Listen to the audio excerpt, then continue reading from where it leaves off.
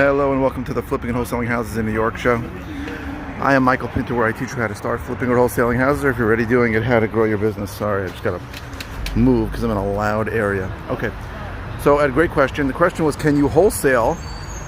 Sorry, I'm right up against camera. Can you wholesale a vacant lot, and how does that work as compared to a house? I'm in a high traffic area, unfortunately. Okay, so the answer is absolutely yes. I've wholesaled vacant lots several times. I wholesale them to builders. It's not a difficult thing to do. What the most important part of wholesaling a vacant lot is to see if it's a buildable lot.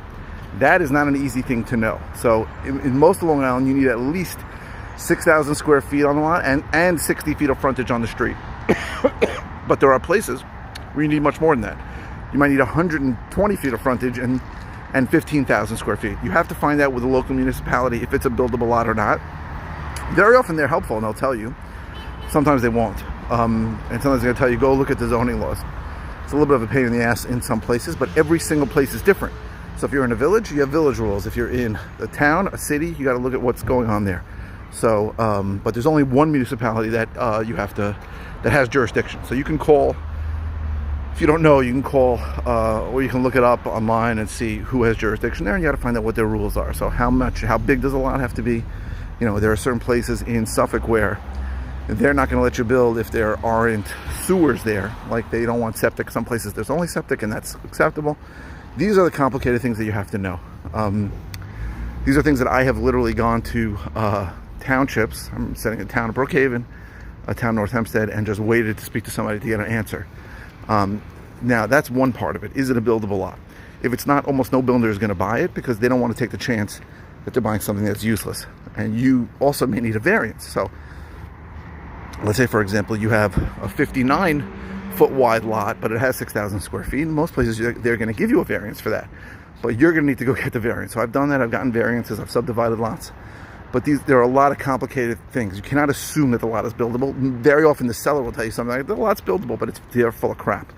Okay, then, assuming you can be sure that the lot is buildable, you then have to go, it's what I would do. I'd look in the area for people that have built new construction, and I call them up and ask them, first of all, I'd look and see how much they paid for the properties that they built, right? Look, that'll give you an idea of what they're paying for new construction. So they might have bought a house and knocked it down. I would look at it and see what those prices are, but I'd also call them and ask them, how much would you pay for a buildable lot in this part of town? That's what I've done several times, and I think that is a great way to go about it, because builders are always looking for land to build on, always. But they're not going to take any of the risk involved in getting permits approved and see if the land's buildable. So as long as it's buildable, they'll buy it from you. There's a price.